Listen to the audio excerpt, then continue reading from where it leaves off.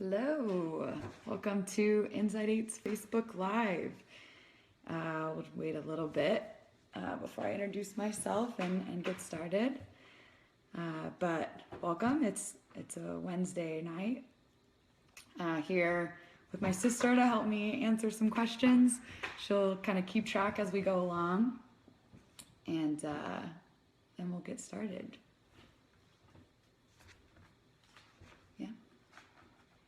What should I talk about when I'm waiting right now? You should start. Everyone knows you're starting at 7. Okay. Well, my name is Corey Phillips. I'm here today broadcasting from Inside 8. I've worked with the Inside8.com for a while now. I write a lot of the blogs for them, and thank you. Get my notes in there. You might have caught some of them already. I try to arrange a lot of things. If you ever have any ideas of what I should do, let me know. My background is in psychology. I'm currently getting a PhD here in Las Vegas in psychology, clinical psychology.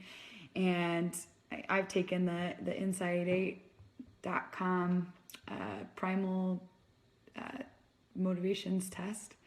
And I'm a primal nourisher. So one of my main motivations is social harmony and promoting physical and mental wellness. So one of the printouts that you get when you take the test on Inside8.com is, tells you how you're at your best and how you're at worst. So hopefully today I'll be at my best sharing my passion for improving physical and mental well-being. My last blog, if you got a chance to read it, was about the 3 keys to mental health and 3 keys to risk-taking. We'll take questions at the end. My sister's going to be here writing them down. And one of the things about taking risks is it has to be something that induces anxiety and makes you feel anxious. So the first thing that I really wanted to talk about is, what is anxiety? So maybe this will be like the Psych 101 lesson of the day, what anxiety is. You've probably felt anxiety in your life. And most people already know what anxiety feels like, but there is a difference between fear and anxiety. So fear is when you're worried about a imminent, it's either real or it's perceived imminent threat. So at the moment you're scared of something happening, that's fear. Anxiety is worry about something in the future. And there's 3 main components to anxiety.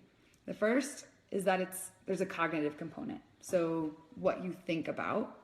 And that is typically the racing thoughts, the worried thoughts, the anxiety about something that's going to happen. You're thinking about a future threat. There's also a physiological component, which is probably the one you're most used to when you feel anxiety. Your heart starts racing, you get nervous, and that is an important piece to pay attention to, the physiological component of anxiety, to see what you feel. But today's focus is really going to be on the behavioral component. So that third component of anxiety, the behavioral component. Because the thing that anxiety makes us want to do is avoid. We want to run away from whatever that thing is that makes us anxious. I mean, we look from an evolutionary perspective, it makes sense why anxiety would make us run away. It kept us safe. If our ancestors were in a situation that was life-threatening, anxiety got them in that fight or flight mode where they could keep themselves alive. And that's really the basis of anxiety and those feelings that come along with it, which means anxiety was good. Anxiety serves a protective factor, and that's still true today. It keeps us safe. But there's something that happens every time that we avoid anything that makes us anxious. And it's kind of a cycle.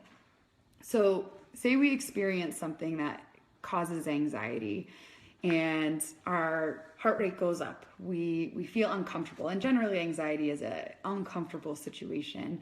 So we start feeling anxious, we feel uncomfortable, and we think, I don't want to be around that. So we run away and we avoid it. And you know what happens when we avoid it? Our anxiety goes down. And so that uncomfortable state that we're in, we get away from it. We are rewarded for escaping that anxiety. Then, kind of as a bonus, I guess, that reward, we feel good. So then the thing that we're anxious of becomes scarier. It becomes even bigger because the next time we go to, we're presented with that stimulus, whatever it is that's freaking us out or making us anxious, it's more mysterious, it's bigger. And so our anxiety goes up even more. Then we avoid, goes down, we're rewarded. So it's sort of this constant cycle of rewards where we become more and more anxious of the thing that we're presented with. So what does that mean for you? And what do we do about it? And I talked about 3 big keys in my most recent blog on Insight8.com. The first one was to be mindful. And I've talked about mindfulness in a lot of my blogs. I really believe that mindfulness is the next superpower. You think about most of our lives, we kind of live our lives just kind of running day to day to day. And mindfulness is the ability to be non-judgmentally aware of the present moment. So can we sit there and just experience what we're experiencing without saying something is right or wrong, and just sort of be aware. So, an example that I like to use is you're in traffic and you get cut off and you have a thought and it's like, I'm pissed, and you become pissed. There's not any barrier between you and that feeling. Like you inhabit, you are pissed. And if you use mindfulness, you kind of take a step back, you examine those things that you're feeling. Okay, my heart is racing, maybe my stomach is in knots, maybe my face is getting red or hot. And then instead of, flipping that person off that you're driving by, you're able to maybe take a step back and not connect so much to the emotion. You're able to kind of take some space from it. The second thing that I recommended was taking risks. And this is a big piece of that anxiety thing that I was talking about before, right? That cycle. I use an example when I'm teaching my Psychology 101 courses.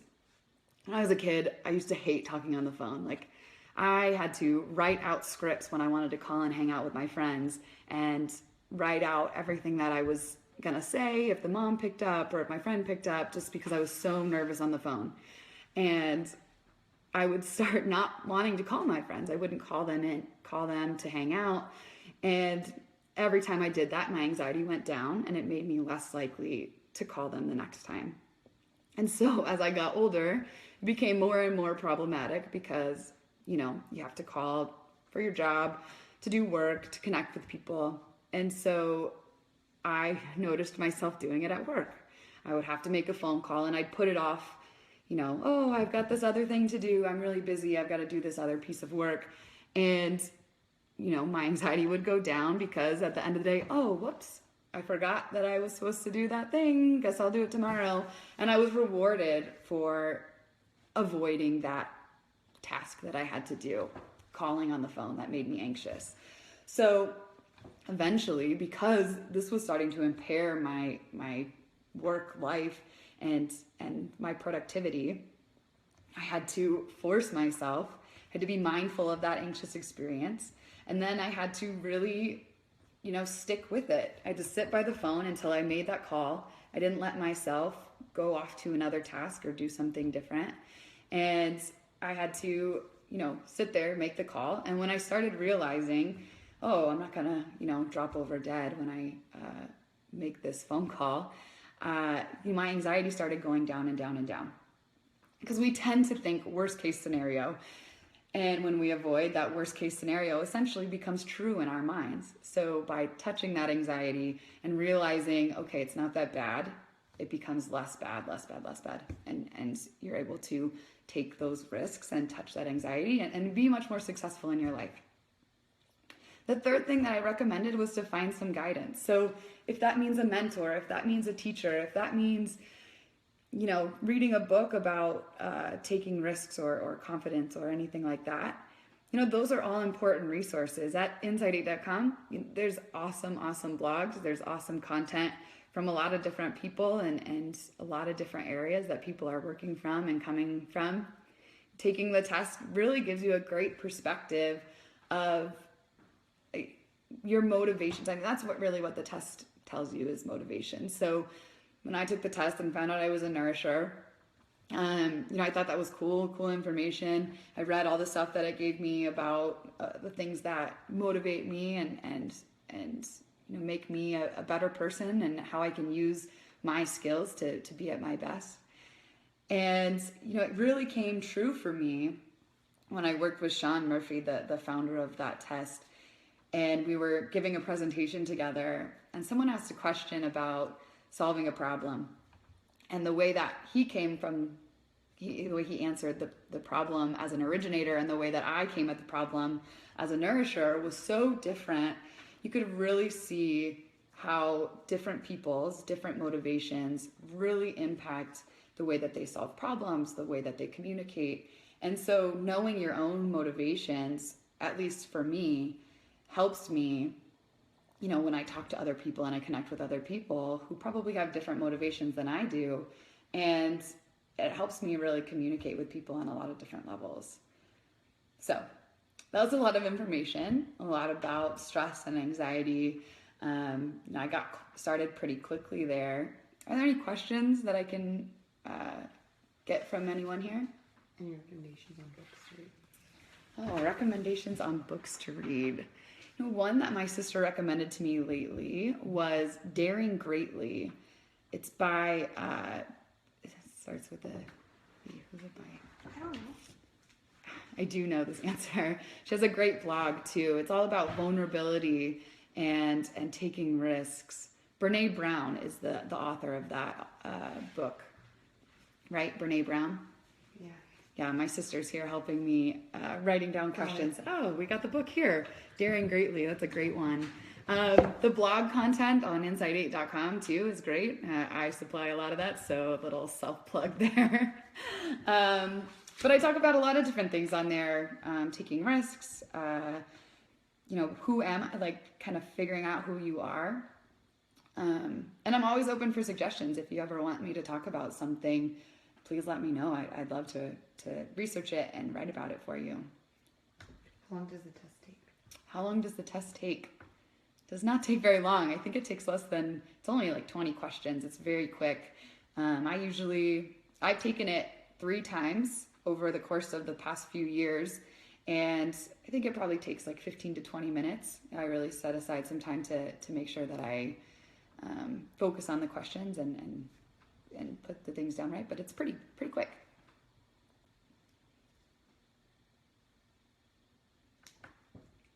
Liam Kayla says she loves that. Amazing TED Talk. Why do we want to take space from our emotions, like you were talking about in the car, rather than... I always feel good when I flip people off in the car. It makes me feel happy right then and there. Like, why do we want to be mindful and kind of take a step back from that? I've got great questions here coming from my sister. So what is the benefit of mindfulness, essentially, is really the question you're asking, right? Why do we want... Essentially, the question is, doesn't it feel good to be angry? Doesn't it feel good? Don't I feel justified to get pissed at someone cutting me off? And the thing about anger is, so original beliefs about anger, catharsis was believed to be really good for mental health and, to go hit something or beat something up that makes us feel good, flip someone off. Research shows that catharsis or putting your anger out there actually tends to really have no effect on our mood or kind of makes things worse. And so it might make you feel good in the moment that you flip someone off, but you're also kind of possibly like ruining someone else's day. I mean, it doesn't feel good to be flipped off. So it doesn't really have the most positive effects on mental health to act angrily against someone else. Any other questions? How does the test told you that you're a nourisher? How does that influence how you interact with anxiety, with your own anxiety? Okay, how does it help me interact with my own anxiety? So this is kind of going to be a long-winded answer probably. So as a nourisher, one of my main motivations is interpersonal connections. And I really do value interpersonal connecting with other people. I also tend to, kind of at my worst, really value my independence. I kind of have this tendency to say, I can handle it on my own. I can do it on my own. So those two kinds of things sort of, go against each other, right? Those motivations kind of contradict each other. So kind of recognizing when I'm at my best, I know going out and making connections is going to be really fulfill me the most. So therefore, I need to kind of push outside my anxiety of meeting new people, because in the long run, that's going to be more beneficial and more motivating for me. From Insight, how do you think millennials deal with anxiety, and how will knowing their motivations help them? It's a great question. We tend to avoid anxiety. And I don't know if that's a generational thing or a human thing, but more and more often people are tending to avoid their anxiety because we have a ton of technology to let us do that. A lot of addictions are even attributed to anxiety, where internet addiction, shopping addiction, we're trying to avoid feeling that uncomfortable feeling that comes with anxiety. So we go and we do something to distract ourselves, whether that's going on the internet and browsing through Facebook, or going on Amazon.com and shopping up a storm. We want to do things that make us feel good. And so we avoid it. And I think by learning motivations through Insight's test, like I was talking about how I learned as a nourisher, what helps me, we kind of learn how to be at our best. And that means facing that anxiety and doing things that might make us a little bit uncomfortable at first, but in the long run are going to really pay off. I see a question here from Barry. How do you handle stress of being in large groups? That really can differ from person to person. Some people really thrive in large groups and really, they gain energy from being in large groups. Other people, that is the worst place for them to be. And so it kind of depends person to person. And I think part of it takes that mindfulness. Part of it takes exposure and the taking risks piece. The more often you're in large groups, the more comfortable you get being in large groups. So I think that's a big piece of it. Any other questions? How do we get past the physiological response, the pounding heart, the butterflies in the stomach? How do we get past that to be able, like someone that doesn't like being in large groups, how do they get past that to be able to be around people? Or any other kind of example, but how do you get past that physiological part? Yeah, that's a really good question. How do you get past the physiological piece of anxiety? And so the first piece of being mindful, being non-judgmentally aware of how you're feeling, that is a big piece, to kind of even be aware of what you're feeling and being aware of what you're doing. Obviously, that doesn't make it easier necessarily to touch that anxiety. But really, exposure is the best way to get through that anxiety. And if that takes having someone help you through it, learning relaxation techniques to expose yourself incrementally. There's, in psychology, there's an entire modality essentially that contributes primarily to reducing anxiety, and it's called systematic I can never say this the first time, systematic desensitization, where you essentially, you build a hierarchy of more and more anxiety provoking things, and then you take it step by step. So if it is, the end goal is being comfortable in large groups, you start being comfortable in groups of 3 or 4, and then you start being comfortable in groups of 8 or 10, and then 15, and then 20, and then 100, and you kind of slowly build your way up, exposing yourself to greater and greater numbers until you feel comfortable in those large groups, or whatever the goal is that you're trying to get. So you sort of incrementally touch that anxiety. Yeah. What's the one thing we should take from this? The one thing to take from this.